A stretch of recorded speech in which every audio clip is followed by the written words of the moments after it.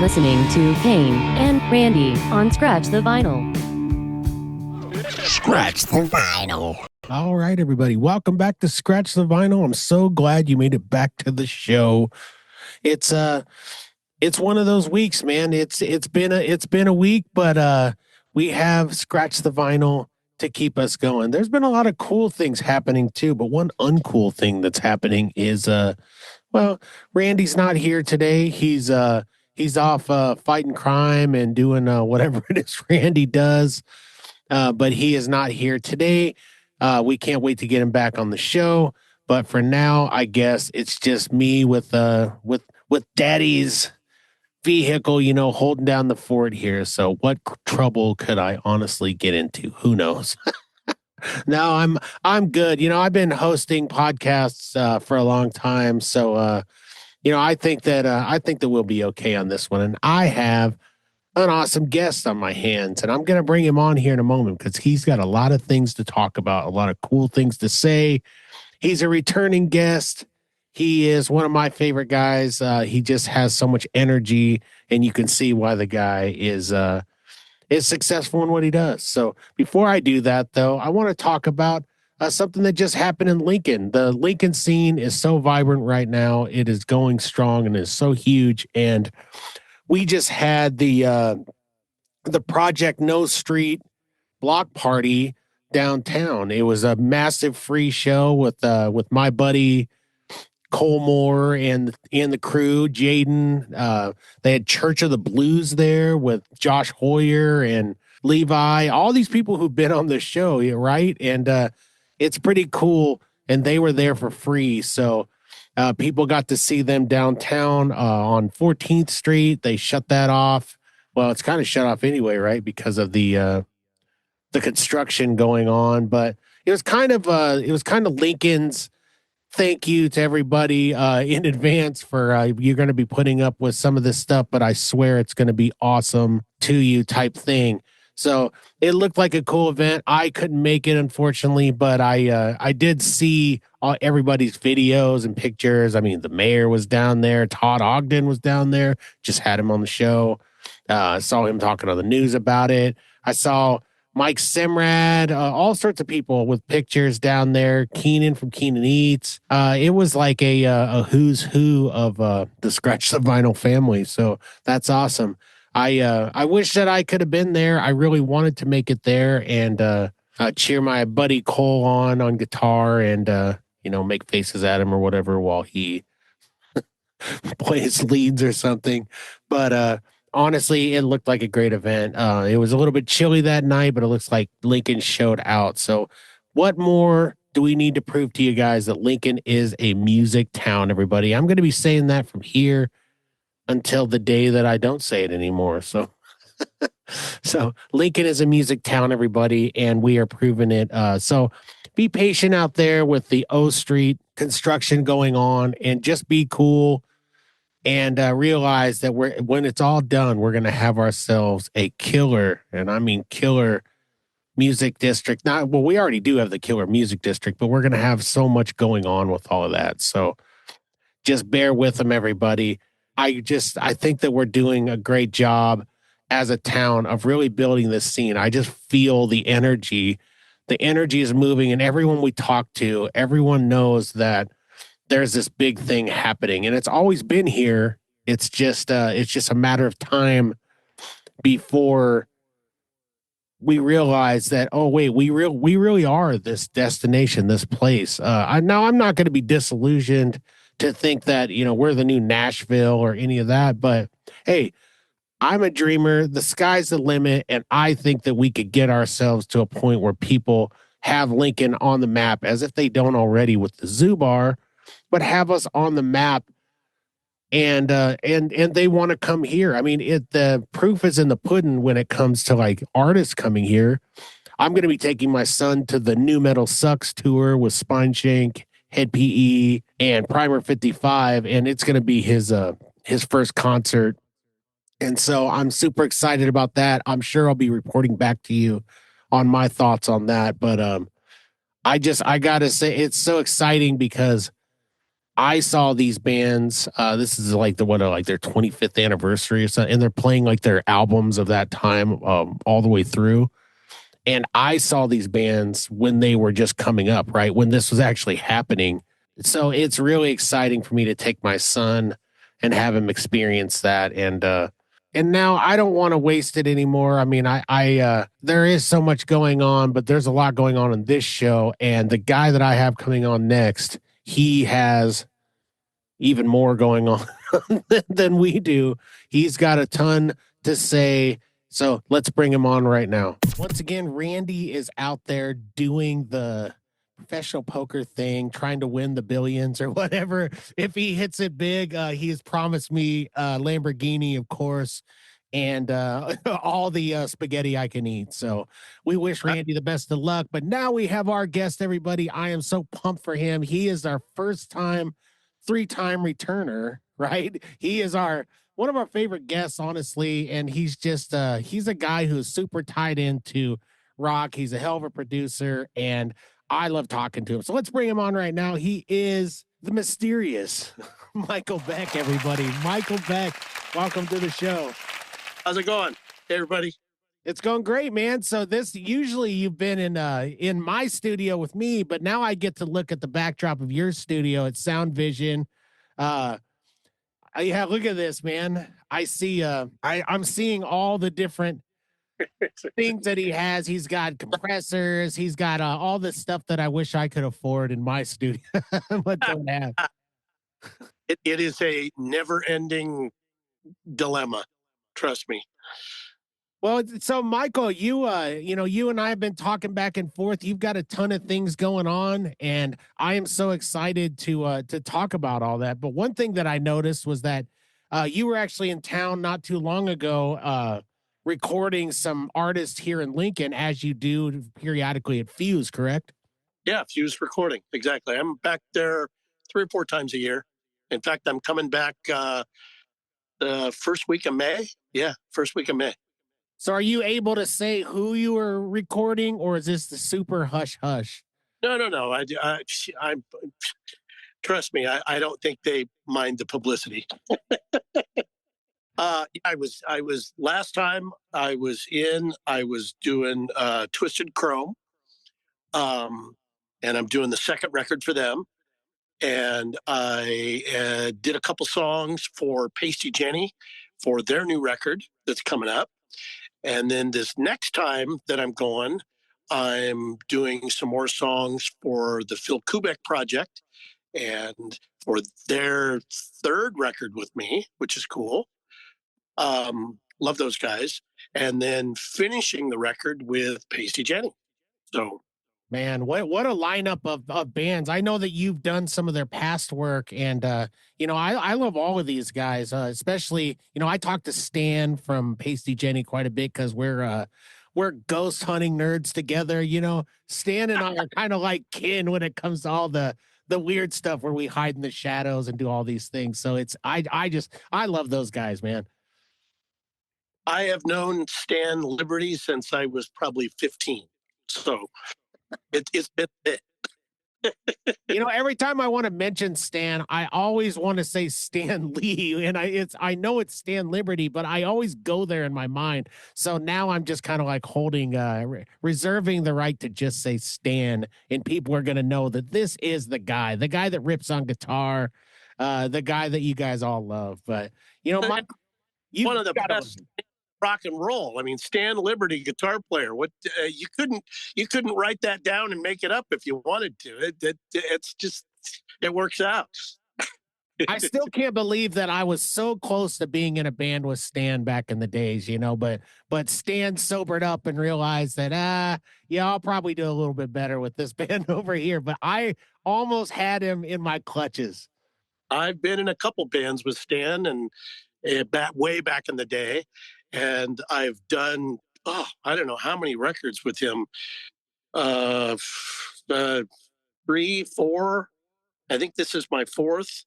I did a couple of Pasty Jenny records, a little while back. I did one with where Sylvia Massey and I co-produced, and now I'm I'm doing this one or finishing the one for they're doing for Cranked Up Records. So yeah, known all those guys for a long time. Man, awesome stuff. Yeah, you've had the joy of working with some unbelievable guitar players. Yeah, I mean, honestly, right? I mean, I have. what's the list like of legendary guitar players? Because I think that you've had your brush with quite a few of them, haven't you? I have. I've been. I mean, all the musicians that I've worked with, I've been really lucky. Are top notch guys. I mean, I've always tried to surround myself with people that would push me musically, and have been lucky enough to do that. So yeah, I mean, Jakey Lee was a bucket list thing. That was awesome, and being able to look to my what would it be to my left and see the guy that wrote the songs that I'm singing.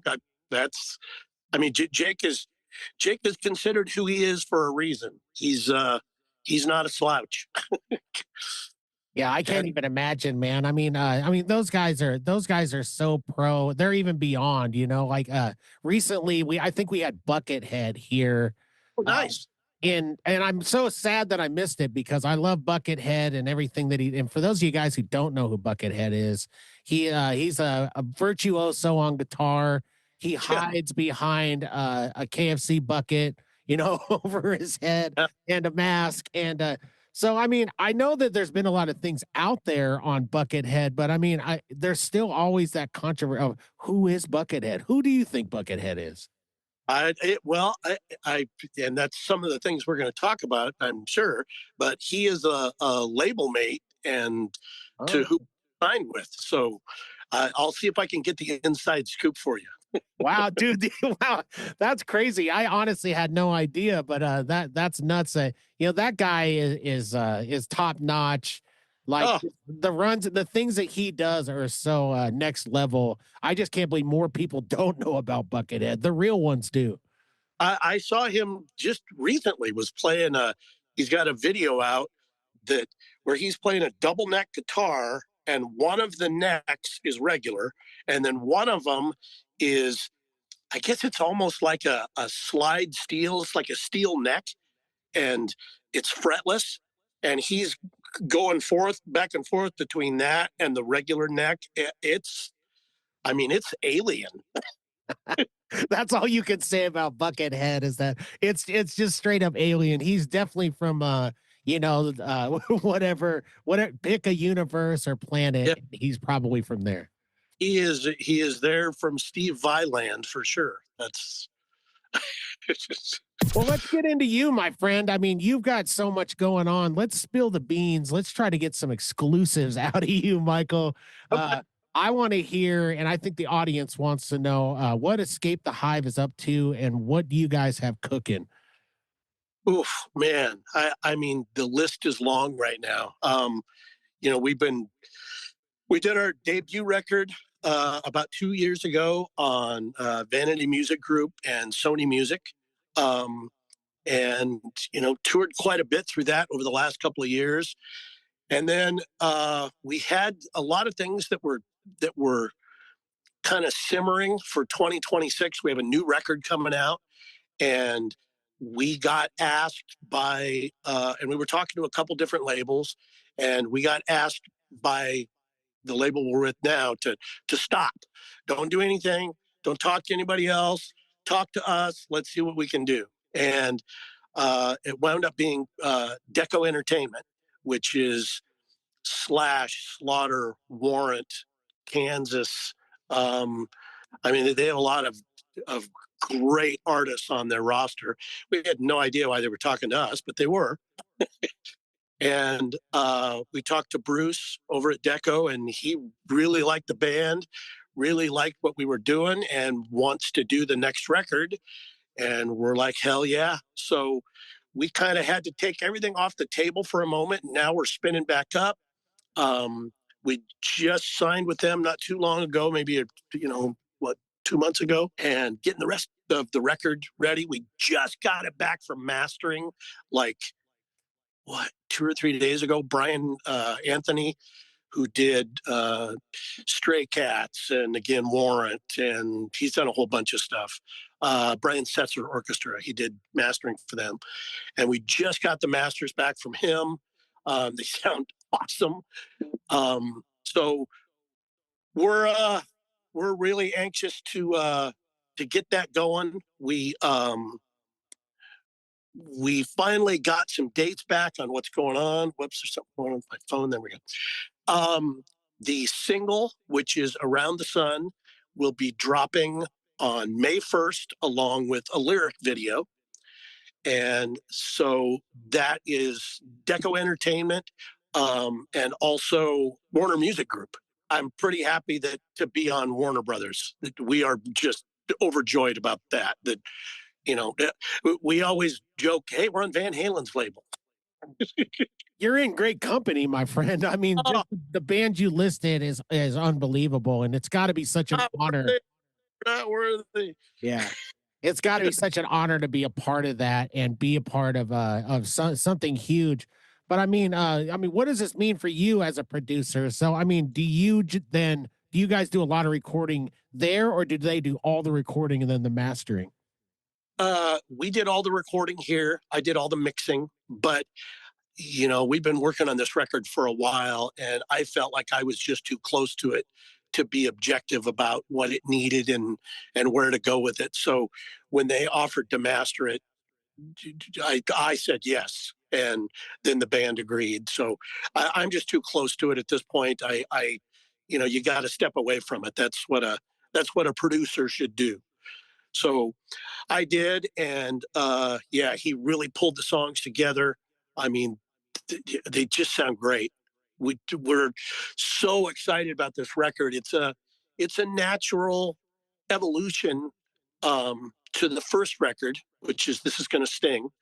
That record was mostly kind of put together with Paul and I, and then the other players kind of came in and rounded it out. But this record, we've been touring for 2 years on that record, and this is the band. This is the guys that I'm standing in front of. Conrad and Rich Hinch on the drums, and Paul Williams on bass, and Conrad Virella on guitar. That's who wrote these songs. That's who rehearsed these songs. If you've seen us live at all in the last maybe 6-8 months, you've probably heard a lot of the new material, and we were trying it out, even writing on the road. So this is a much more, like I said, it's a very natural evolution. It's much more of a band record. You can hear it. It still sounds like us, but it sounds like us plus. Well, I mean, what's for the musicians out there we have a lot of musicians that listen on this show, and for like the inside baseball type stuff. So, I mean, what's the process for you guys when you guys go to record an album or songs? I mean, it's obviously a collaborative effort. Who generally, who in the band brings a lot of this to the table, and then how does it evolve? I write the lyrics and the melodies. I get suggestions from the band, and that kind of takes my course here and there. The band handles the music, and it is very much a collaborative effort. Most of the original riffs come from either Conrad or Paul, and we just kind of work them out in the room. Usually it comes pretty quickly. We'll get a song done pretty quickly, and then we usually want to get in and record it as fast as we can. But again, with our touring, we were on the road a lot in 2025.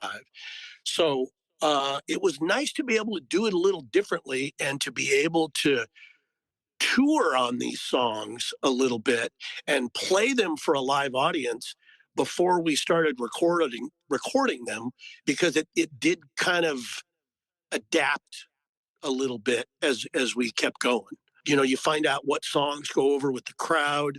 Most of the time when you're writing like that, mistakes are the key. So and being on the road that much really helps it, because if you're only playing in town, once a month, and you do something on a new song in the solo section or the bridge or whatever, and it's a mistake, and you kind of go, wow, that worked out. Now I'm going to keep that in my head. Well, if you got to wait a month to revisit it, then it's not always there. But if you're playing it the next night and the next night and the next night again, those things kind of get ingrained. And we tried to really utilize that um, as we were taking these songs out and playing them live. So it really helped. And we always have a band meeting afterwards, after the show, just a quick meeting when we're going back to the hotel or whatever, or just in the van. Um, hey, you did this and you did that, and this worked out and this didn't. And, you know, so it's that has really helped. Well, I know, I'm wearing a Corn shirt right now. I'm a big Corn fan. But I can remember reading about when they did the Life is Peachy album, I believe. I think they wrote the majority of that, if not all of it, and recorded a good majority of it like on the tour bus or, Yep. uh, while they were on the road. So, I mean, this is definitely a thing that happens. It absolutely is. There were several songs that kind of came up, even if it was, just in sound check.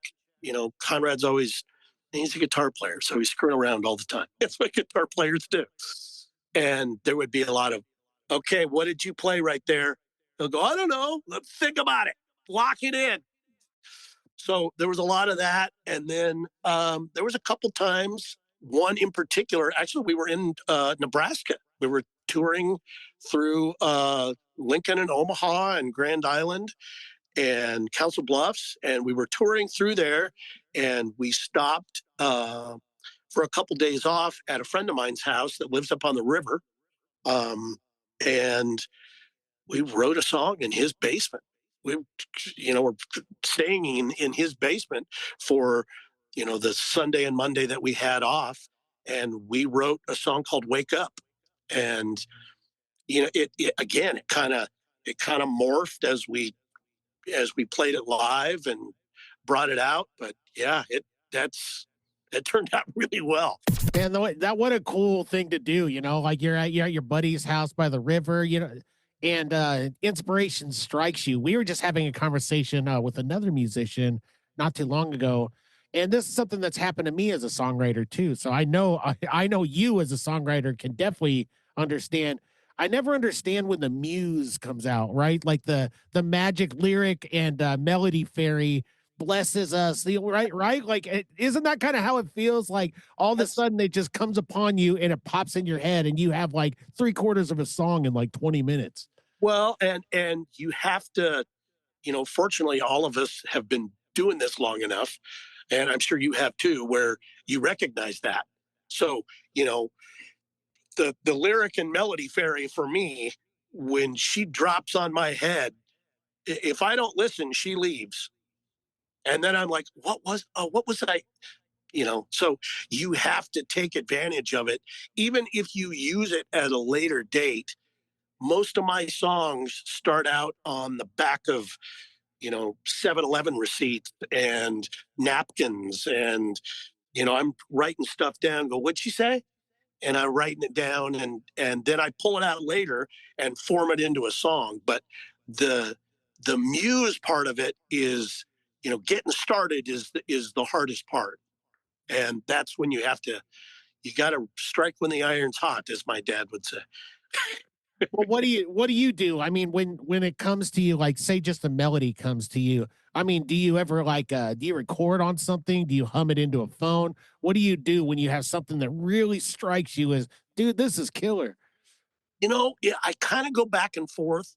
I do a lot of times I will hum it into the recording on my phone, but sometimes, and I can't, there's no rhyme or reason to this, so don't ask me to explain it because I don't know. Sometimes I'll write it down, but I won't.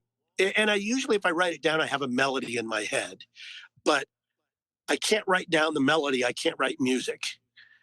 Not that it would take me all day. So I usually write the lyric down, and I know this is going to sound stupid, but if I remember it, I know it was good. If I don't, then I'll use it for something else. And that's kind of my own litmus test. You know what I mean? If it was good enough for me to remember, then it was good enough to stay. And if not, then something else will pop in my head. But most of the time, if I've got something churning, I'll remember what it is. See that's a great way to go about it. I mean, I've had other musicians say if it doesn't make me cry or feel something, or if I don't keep revisiting it in my head, then Yeah. then somebody else isn't either. That's kind of how I write songs. I have plenty of them on the shelf, and I'll have them recorded. Then I'll go back and I'll listen to it, and I'll go, oh, I don't really dig it. You know, like it's not going through my head, and then Right. I'll just move on to the next thing. Poof. Hopefully it'll come back to me. The hardest part is like when I'll present it to somebody else and I'll think that I got something, like my wife is the biggest critic, and she's great. She loves me, but she's also looking out for me. And I'll play something and she'll go, it's not really your best work. And then I'll just sit there like in a corner crushed for about a half hour. Well, an honest wife is a godsend for sure. I have one of those myself. So, It but really is a gift, it's like, if she would just blindly tell me this is great and then I put it out and it sucks, right. it's like it's nice to have someone who really truly cares about you to do And, that. and I mean, a lot of times it's hard to impress my wife. So when I do, I'm like, all right. Well, I have yet to do anything as big as what you've done, so I can only imagine. So for me, it's hard to impress my wife and like my family and kids, but I'm always doing all these things like and I'll put it in front of like podcasting for one. Podcasting is a hard sell to a lot of people who aren't into it, and I'll tell them about it. I'll clap my hands and stomp my feet, and they just don't get it. They're just like, I don't get podcasting. But yeah, most people who love the form of radio like we do, Right. I dig it all the time. Like I could listen to people talk, and I do for hours as much as I do music. So it's definitely a hard sell for people. Well, there's a, I mean, like when we got signed to Deco Warner Music Group, you know, I have two boys, and they're on their own. They're grown up and older, and usually my wife Nancy kind of tells them what's going on. I don't want to be, hey, look what I did. So she will kind of tell them what's going on. And my older son, who I mean, he was always a Van Halen fan because I was playing Van Halen when he was young. And he's like, you got signed to Warner Music Group? Warner Brothers? That's Van Halen's label. I'm like, yeah, I know. It's kind of freaking me out. He's, oh, that's so cool. When they're excited, it gets me excited. But I can honestly say with this one, I didn't need a whole lot of help. Well, It's, you guys have to be I mean, you have to be ecstatic. I mean, well you've made it in my head. I mean, maybe you have higher goals, but I mean, you guys have made it to a pretty high standard cuz like in today's scape of music, it's not easy to get to the point that you're at. You know what I mean? A lot of us are doing it in like an influencers type way. Like I'm a basement warrior. I do all of my stuff here in my basement studio. I try to mix it and master it as best I can. Sometimes I cringe when I go back and listen to it, but I did my best, right? But well, you guys have reached a high ceiling, and the ceiling isn't done yet. You guys have the sky's the limit for you. Well, that's kind of the point, is that, and I appreciate that. I really do. We all do. Um, but you're right. The ceiling isn't done yet. We are so excited about this record.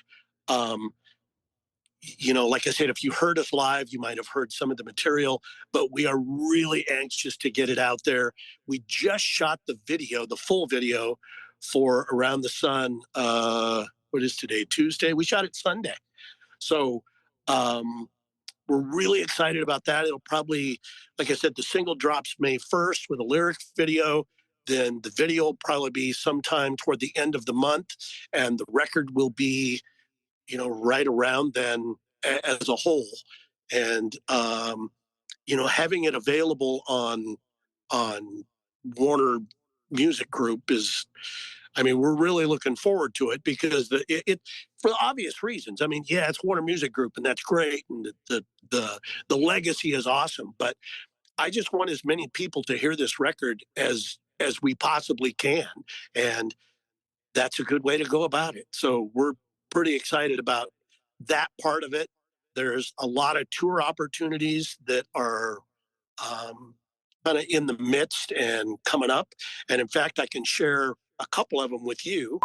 All right, let's talk about those sponsors, everybody. This is my favorite part of the show, aside from the show itself. I mean, I love it, and I know you do too. So don't go fast forwarding because I got some great things to share with you right now. So, first off, I want to talk about Lil Bill's Barbecue.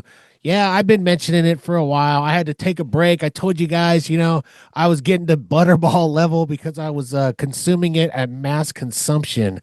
But you know what? Now I've kind of got it reeled in, and I am in fighting shape once again. I am inserting it into my muscles. I just got through WrestleMania. I'm now the champion of the world, everybody. I am Ric Flair status at this point. I am riding high, and I am the limo riding, jet flying guy. And it's all because of Lil Bill's Barbecue. So it's not Little Bill's, everybody. It's Lil Bill's Barbecue. You can find them on Facebook Marketplace. Look them up. They have 8 killer flavors. They're all good, and they're honestly unbelievable. So order them all. Tell them Scratch the Vinyl sent you, and get that sweet barbecue because it's grilling season, baby. It is. It's not hot guy, almost summer season. It is grills and bellies sticking out season. So get it. Next, we have Loco Design. That's right, Loco. It's not Loco the way you think it is. It's LOHCO, Loco Design. What is Loco Design? It is the mastermind himself. It is Adam Lohman and his marketing company. If you need marketing, if you need business strategy, if you need a logo, all the type of stuff, get with Loco Design, and I promise you, you're not going to be disappointed. If you just need someone to lead you in the right direction, Adam Lohman is your guy. He's the man with the plan. So contact Loco Design. Once again, that's LOHCO Design.com. Get a hold of them, and I assure you, they're going to take your business to the next level. Also, we have Backtrack Records. You see all these records behind me. You see the records on the wall. You don't see all the records I have. I have a boatload of records sitting over here to the side of me, and it's all because of Backtrack Records. I go there. I dig through those bins. It doesn't even matter. I mean, I will take it all. I am looking through, and I am digging out the gold, everybody. I mean, where else am I going to find Seals and Crofts' 4th album, or I need Charlie Pride's 8th album. I mean, I'm digging through those bins, and I am finding a good majority of it, to be honest with you, at Backtrack Records. So I challenge you. That's right, you, Lincoln, and all the surrounding towns. If you are a vinyl collector, get to Backtrack Records. You're not going to be disappointed. They have new records. They have, new used records. They have everything from that down to the $2 bin. They also have everything else under the sun that you can think of. So get there. If you like physical media, go to Backtrack Records. We have Roots Music Shop. Oh, yes. I've been talking about Roots Music Shop till I'm honestly almost blue in the face. I can't say enough about them. I was just there the other day. I love it so much. Most of the gear you see behind me, I got from Roots, and I play it. I record on it. I have done a ton. They buy used, they sell new. They have it all there. They even repair your instruments. They have Brian from Phantom, formerly of Dirt Fed. To be honest, Dirt Fed's still going, but you get what I mean. He's there repairing guitars and all sorts of different things, amps. So they've got it all there. They've even got records there. I've gotten Don't Tell Backtrack Records. I've gotten a few vinyl from there as well because, hey, they're a sponsor too, and I love it so much. So go to Roots Music Shop. Tell Ryan that Scratch the Vinyl sent you, and I promise you, I swear to you, he's not going to chase you off with a bat and tell you to get out of here, you dirty scum. He's not going to do that at all. He's going to high five you, and he's probably going to give you some pretty sweet deals. So go there, everybody. That just came out this weekend. We're going to be in Carlsbad, New Mexico at Hogfest. Big 3-day, music festival. In fact, I think it's 5-day. We're there Friday night at 7 p.m. Some really great bands on the bill. But we'll be on stage Friday at 7 p.m. In Carlsbad, New Mexico. We were just in Albuquerque like 2 weeks ago. So anybody that saw us in Albuquerque, please join us in Carlsbad. And then this was just announced yesterday. We're coming back to Nebraska. We're coming back to the filling station in Grand Island, and we're playing with Blackstone Cherry. So I am really looking forward to that one. We've been a fan of them for a long time. That should, the people at the filling station are great people. We've played there before. We play outside on a big stage with a huge PA, and this will be bigger and huger. Well, have you played with Blackstone Cherry before? We haven't. This will be our first time, and it's June 27th, and tickets are available now. What a delicious pairing, honestly. I love that band for so many. I love the soulful singing with it mixed with kind of that grit. It's just, man, there if you haven't listened to Blackstone Cherry, please jump from out of the rock that you've been hiding under and listen to that band, man. What a great pairing that'd be, though. Yeah, I think we fit well with them musically. There's a whole bunch of other bands, local bands and Nebraska bands that are on the bill. There's a car show during the day. There's food trucks out there. Going on right before us is Nebraska's Pasty Jenny. So, and there's Stan Liberty again right there. So we're looking forward to this is the first show that will be with them. So we're definitely it's going to be a full day for sure, and a lot of things going on that day, and I know they're working on some dates, to kind of get us there and some to get us back, but that's going to be the Nebraska date for June for sure, and that's a big one. So do you think with touring with this, do you think that you guys will kind of make the rounds? Do you think you'll make it to Lincoln and Omaha possibly? Well, I probably not on this leg of the tour because it's such a big show. If you're in Lincoln and Omaha, come to Grand Island. And see us with Buckstone with Blackstone Cherry. I mean, if you're going to see us, that's where to see us. So Exactly. I mean, obviously, Grand Island is a stone's throw away. I mean, it's an easy drive, everybody. So there's really no excuses. And honestly, I mean, it's gonna be beautiful out at that time. I mean, I can't think of a better show to go to. it's going to be really cool. That, like I said, a bunch of great bands. I'm excited, how well we fit with Blackstone Cherry. So musically, like you say, I think it's a great pairing. And then after that, we've got a whole bunch of stuff just around the country that we're kind of setting up dates on. Um, and those I can't talk about until they're set up, but they're with some other deco artists. And we're really excited about some of those. So, yeah. Man, it's huge things going on. You mentioned a video. Yeah. We don't usually get to talk to. I mean, I know all the bands we talk to. I know they have videos out there, but we don't. Let's talk about it for a second. I mean, can you, without revealing too much, can you tell me kind of like what type of location and what type of process that is? Um, yeah. I mean, this is our fourth video.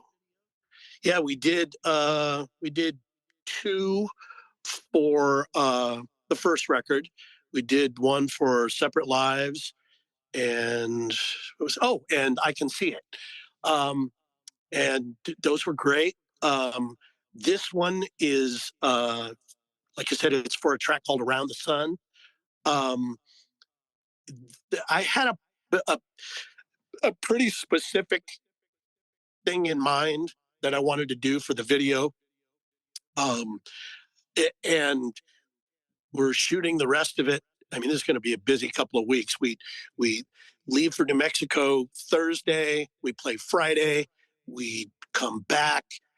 We have something going Sunday, and then Monday we're shooting the rest of the video. Um, Mostly just like model shots and stuff like that. Um, and there, like I said, there's a pretty specific thing I had in my head. So fortunately, we have Eliza Camarillo shooting the video. She's awesome. She works with Alice Cooper over at Alice Cooper Solid Rock and has done a lot of stuff with him for him. So she's shooting the video, and we're really excited about that. Um, and in fact, I just looked at some of the footage last night that she shot on Sunday, and it looks great. We are trying to capture. We went out in the desert, and we tried to capture around the sun. So we did some during the day when the sun is its Arizona sun baking, and then we did some at dusk, and then we did some at night, and then there'll be another bit at the end during the day. So it's a full circle around the sun. And the stuff at night came out great, lots of shadows, and she shot it really cool. So, um, and we were out there for 4 or 5 hours. We were all exhausted by the end of the day. Um, and I think it's going to be pretty cool. I can't wait. It's all in the editing, so I can't wait till we come back, probably sometime next week after we've shot the last bit of it and start to edit it and put it together. And yeah, I'm looking forward to that for sure. Well, how beautiful is, I mean, honestly, how beautiful is the desert at night, right? I mean, it's just, there's a certain feel to it, isn't there? There is, and we shot it.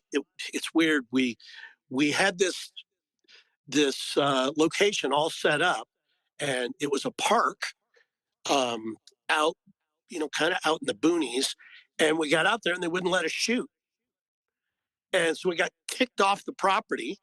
And I was driving kind of to go out there because Rich, my drummer's like, "Hey, they're already out here and telling me we can't shoot, and I can't even set up." And I'm like, "Yeah." So I was driving around, and I missed my turn, and I was in this, you're kind of way out there. And I was in this neighborhood, that isn't really a neighborhood because they have these huge plots of land. And this guy that's got tats down both arms was taking his garbage out. And I turned around and I pulled over and I said, "Hey, this is going to sound really stupid, but I'm in a band and we just got kicked out of the park to shoot the video. Can we use your land?" And he asked me a couple questions, and I'm like, "I swear to God, dude, it's on the up and up. We're not we're not going to shoot heroin by your cactus over there. It's nothing like that. This is a full on above the table thing." And he asked some more questions, and he's like, "Yeah, absolutely." Just like, yeah. It's the luck, man. It wasn't meant to be at the place, but you found the right guy. I mean, I'll bet that guy's a rock fan, so And Kyle, if you're listening, thank you. gosh, man, the last couple times you've been on, I mean, it's been exciting, and the trajectory for you guys has just been on the up. But I mean, I can really feel I can feel it emanating off of you, man. Even though we're not in studio together, like I'm super excited for you guys, and you guys, it's well deserved. I mean, you've been grinding it out for many years, Michael. You really have. It's, uh, thank you. Yeah, thank you. Kind of. It's almost like a backhanded. I promise you, it was meant to be a good uh, thing. I am really excited, and it's mostly because of the music on the record. It's just I'm so excited to play the music. There's Around the Sun, there's Oh Brother, there's Life and Roses, there's Wake Up, there's Skin and Bone, there's Don't Spill the Wine. I know I'm forgetting one. I'm excited for people to hear these songs with this band. That's been the other just joy of this whole thing is, usually when you're in a band, there's there's one guy there's one guy that has the dark cloud above his head, and you know maybe usually a great musician, but you're walking the fence between, is he worth it? And I we don't have that in this band. There's no dark clouds. We are usually laughing our butts off in between sets. Going from town to town. There's rarely a disagreement. If there is, it's usually settled pretty quickly, and not like this. um, this band is just so, it's kind of lightning in a bottle.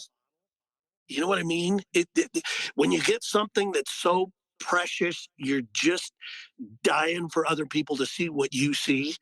And that's what this is. Escape the Hive is definitely that.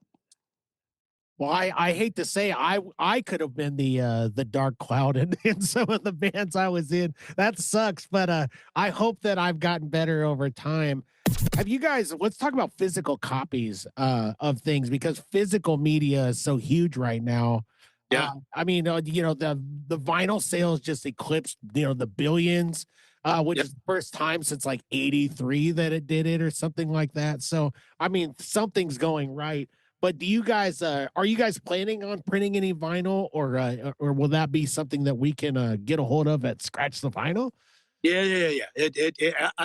I, our first record was, obviously digitally. You can find that on all the platforms now. Um, and we also had it on CD. We did two separate runs and sold out of all the CDs. So we don't have any more of the CDs of This Is Gonna Sting. We still have some vinyl for This Is Gonna Sting, and for the next record, it'll be the same thing. It'll be, the single will come out. There'll be a couple of songs on digital. There'll be probably the CD first, then the vinyl after that. Then everything will go on digital after that. But yeah, I a lot of my early music career was, late '80s, early '90s, um, and you couldn't. Nobody was doing vinyl. Nobody. It was all CDs, and I was lucky enough to have some releases on CD, and it was great. But I kind of missed the whole vinyl window. So getting This Is Gonna Sting, our debut on vinyl, and having it arrive at my house, and me cutting it open and pulling one out and immediately, because I'm a vinyl for sure, um, putting it on the Marantz and cranking it up a little bit. That was, I mean, I was 14 again. That was awesome. And I really want to make sure I have that experience with this new record. And I want to make sure you do too. Well, I mean, I know when I printed here recently, when I printed one of mine, I mean, I honestly I couldn't rip it open fast enough. And I mean, I honestly, when I put it on there, and I don't like it's I'm not someone who would just sit there and listen to my music, you know what I mean? Like, I like to listen to but I put it on and I got a little bit teary, man. It It, meant something to me, and I'll bet you felt the same way. I absolutely did. I mean, I listen to side, maybe three sides of a vinyl almost every morning. It's the first thing I do when I get up. I have coffee with my wife. I guess that's the first thing. And then I go out and I listen to a side of, and it ranges. It might be Little River Band, it might be Journey, it might be Iron Maiden, it might be Boz Scaggs, it might be, it varies a lot. It might be Dan Fogelberg was this morning. But putting my record on and cranking it up and reading the liner notes that I already know what they say. I wrote them. But being able to have that experience with my record, that I've had that experience for all the bands that I look up to, Kansas and Van Halen and, all the bands that I named. That's how when Number of the Beast came out, I went right down to what was it then? Was it Pickles Records? Yeah, it wasn't Dirt Cheap then, it was Pickles. And got the record, came home, sliced it open, put it on I didn't have a Marantz back then, but I put it on my turntable and cranked it up and didn't listen to my mom going, turn it down, and read the liner notes and read the lyrics as Dickinson was singing them. That's what I did with every record I got until yesterday, and I'm still doing it. So I like that experience, and like I said, it's a privilege for me as a singer and a songwriter and a musician, and just as a human to be able to give that, to let it out there in the world. That is such a privilege on for me, and I don't take it lightly, for sure. Well, it's like, when I listen to comedians talk about comedy, for example, they'll say, when you really think about it, there's only so many of them out there that are actually doing it. And so I would say, even though people are releasing music nonstop on the streaming, and we can talk about that, but there's only so many musicians in this world right now who are actually releasing vinyl or printing vinyl. So to me, it's super special. And I just love your description, because your description is exactly what I thought you would say, but it was my exact experience too, being a vinyl lover. There was something about it that just hit me. Oh, yeah, it was worth it, man. All of it was worth it to that moment. It's an immersion, because you're not just listening to the music. Like I said, you're reading the lyrics, you're going through the liner notes. Where was it recorded? Who produced it? Who mastered it? Who are the guys in the band? Who did they thank? Did they have special guests? It's an immersion. It's not just listening to the music, it's the full experience. And I am just so thankful that I'm able to do that at all with anybody's record. But it's a real treat to be able to not only do it with my own, but to give that to somebody else. It is definitely not taken lightly, for sure. We are a band that absolutely knows and honors the fact that we don't do anything without the fans. We don't do anything. I'm not talking to you without the fans. I'm not in a studio without the fans. I'm not touring without the fans. There's nothing that replaces that. And whether it be vinyl or streaming or whatever, I wish it was vinyl, but do what you got to do.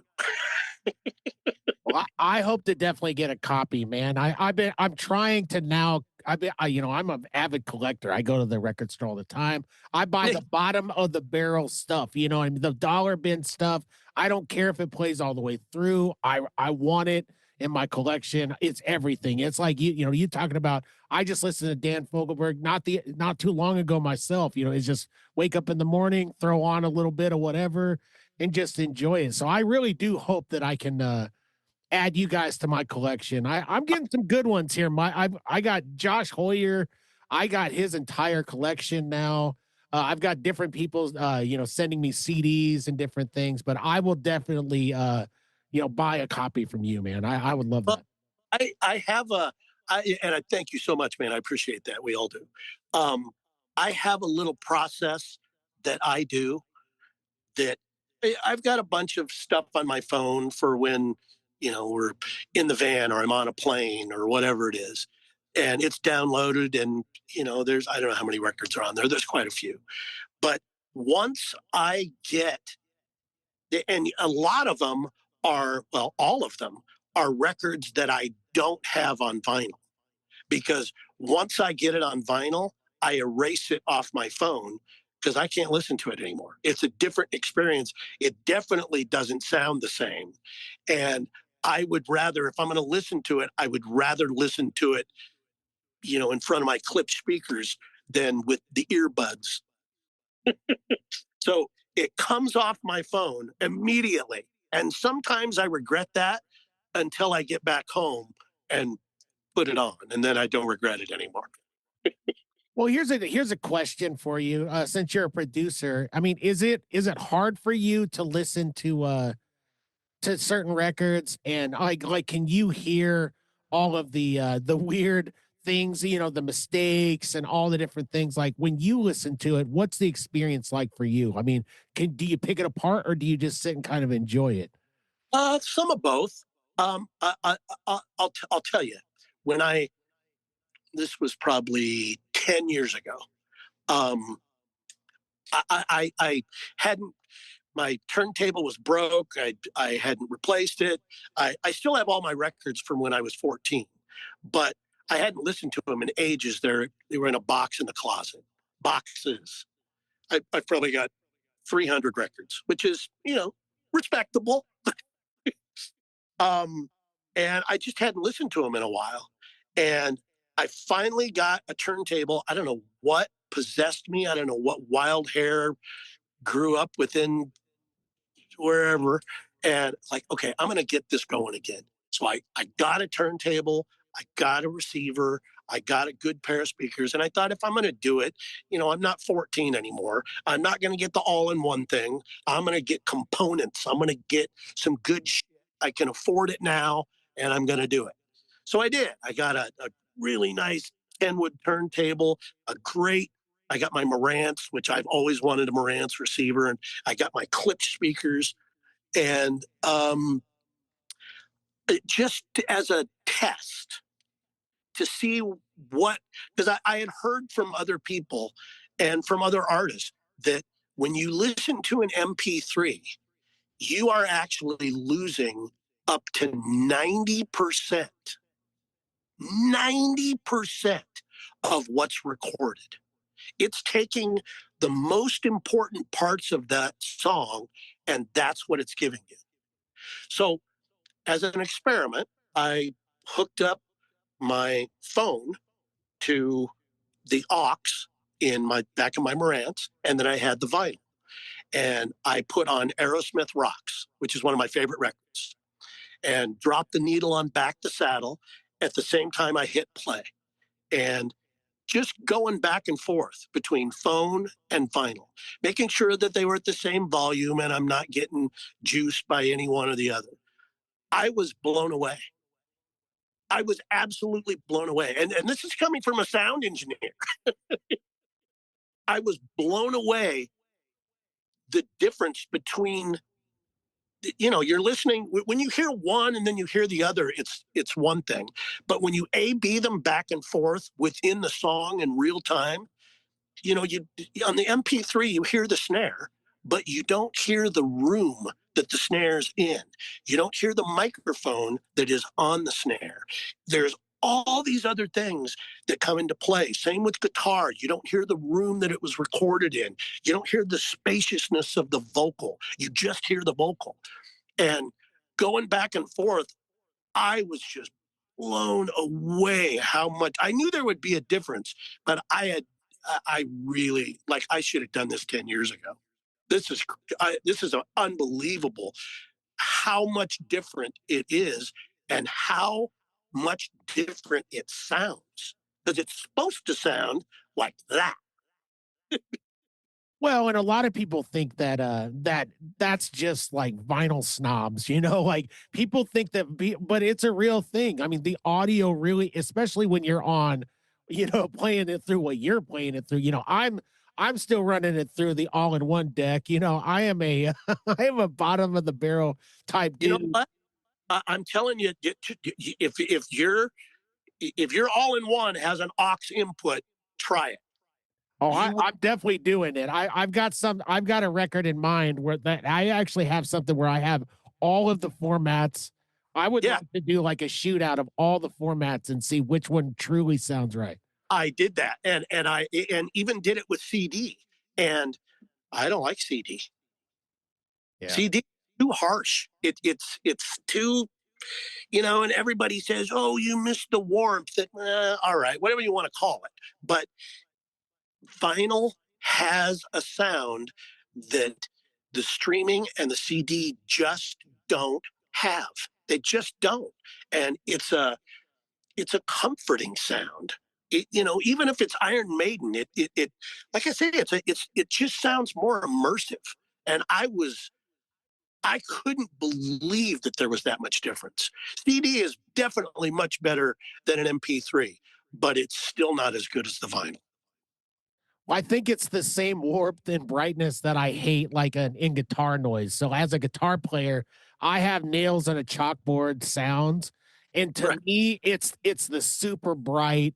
I like a little grit to my guitar. I'll move the dial on my Strat to give it a little fatness, and give it a little bit of grit to it. So hey, it's not for everybody, but for me, it is. Well, and that kind of brings us back to, you were asking earlier about, how we record and, as far as Escape the Hive, we don't, th- this record and the last record don't sound like mainstream rock music. And that's not by chance. I mean, we when we play live, we don't use samples. There's no vocals going on in the background. All the harmonies you hear are from somebody on a microphone. Um, and we pride ourselves on that. Everything you hear is, other than the intro, is recorded. Everything after that until the very last crash is us. And it's the same way in the studio. We don't use, I didn't sample Rich's drums and then snap them to the grid, and there's none of that. It's all Rich. Conrad's guitar is not a plug-in. It's his Splawn with a 412 with vintage 30s in it, and there's two microphones on it per side. And you can't replace that. You just can't. That's why, and you're going to get me off on a tangent here. So that's why everything new sounds the same. It all sounds the same.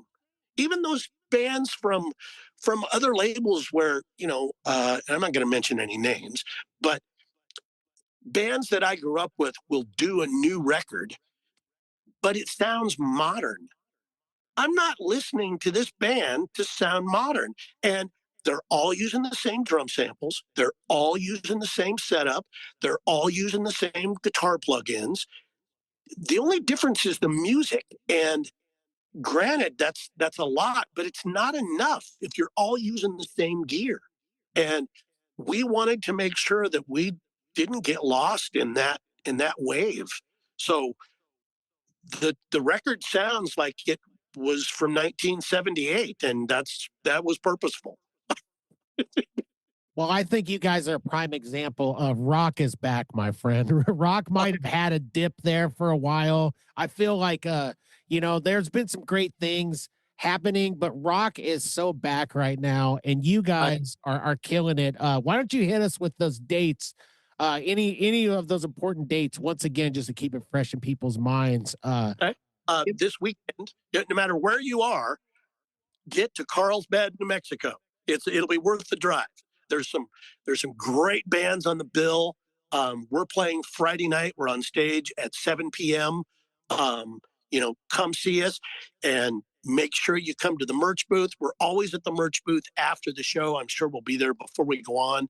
Come say hi. Don't, like I said, we are fan friendly. I don't take this, and none of us take this as this is us. This is fandom. That's what makes everything run. So come say hi. Even if you don't buy a tour shirt, which I hope you do, and you don't buy a vinyl, which I hope you do. But even if you just come by the booth and just say, hey, I'm from Tulsa, Oklahoma, and I'm just saying hi. Great. We want to meet you. That's great.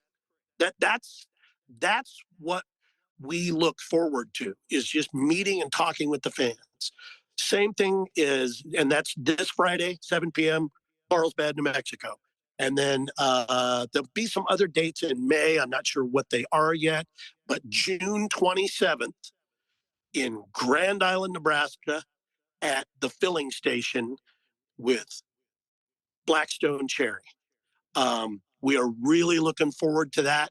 It's going to be a huge outdoor show. The filling station puts on some great shows. It's an all-day event. He's got a car show during the day. There's food trucks out there. June 27th. And again, if you're in Lincoln and Omaha, make the damn drive. We want to see you, because I don't think we're going to be coming through Lincoln, at least during the summer, maybe in the fall. So this is our Nebraska date. So come see us. Well, there you have it in Nebraska. There's really no reason why you guys won't make it. I think we've created enough buzz here today, Mike. Like I said, it's emanating off of you, my friend. And I'm just so glad and fortunate that you came back to the show. Please, obviously, come back every time, because I love talking to you so much. See you in Grand Island. Looking forward to it. Absolutely. Well, there you have it, everybody. Once again, we're just providing you guys with another reason why, one, Nebraska is so talented, but we go far beyond. We go deep into the desert with Michael Beck and Escape the Hive. And so for all the Scratchaholics out there, scratch away and keep making Scratchamania run wild. Make those muscles absolutely bulging, and like Hulk Hogan once did, and keep scratching that vinyl, everybody. We'll catch you on the flip side here on Scratch the Vinyl.